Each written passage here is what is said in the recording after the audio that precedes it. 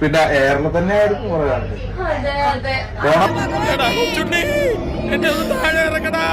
ഏത് നേരത്താണോ എന്തോ കറക്റ്റ് രണ്ടെണ്ണത്തിന്റെ നടുവ് തന്നെ എന്നെ കിട്ടിച്ചു. എന്താ നിങ്ങൾ അങ്ങനെ ഒരു വർത്താനം? അല്ലല്ല, നിങ്ങൾ എന്തോ മനസ്സിൽ വെച്ച് പറയാനുള്ളത്. അനുമോൾ കൈൻഡ് വേണ്ടട്ടോ, നീ ചായ അടിച്ചാ മതി, നീ എണ്ണ അടിക്കാൻ നിൽക്കണ്ട. ഓക്കെ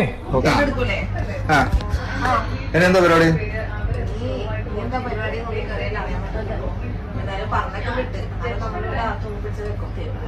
നിങ്ങൾ ചെയ്ത ക്രൂരത മുഴുവനും അവര് പറഞ്ഞു കാണേ. അതൊക്കെ ഞാൻ വേറെ രീതിയിൽ പറഞ്ഞു കൊടുക്കും.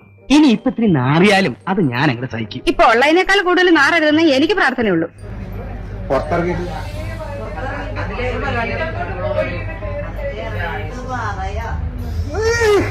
കഷ്ടകാലത്ത് അനക്കും ഇത് കുന്തം പിടിച്ചേക്കുന്നവരെ എങ്ങോട്ട് പോരാൻ തോന്നുന്നു.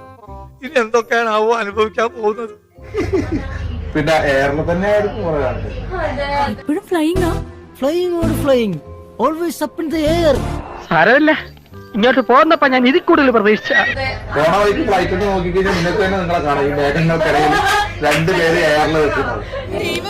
ഇപ്പൊ താഴെ നിന്ന് മനുഷ്യനല്ലേ ഇത്? ഇതെങ്ങനെ കേറിയതല്ല, എന്നെ കേറ്റിയതാ. ഫുൾ എയർ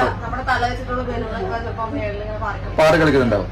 നിന്റെയൊക്കെ കയ്യിലിരിപ്പ് വെച്ചത് സ്വാഭാവികമാണല്ലോ. ഇതിനാണ് അവനവൻ പാരാന്ന് പറയുന്നത്. അതെ, അപ്പൊ all the best. Thank you. ഒരാവേശത്തിലെടുത്ത് ചാടി വേണ്ടായിരുന്നു അല്ലേ? വിട്ടവളി ആന പിടിച്ചാ കിട്ടൂ.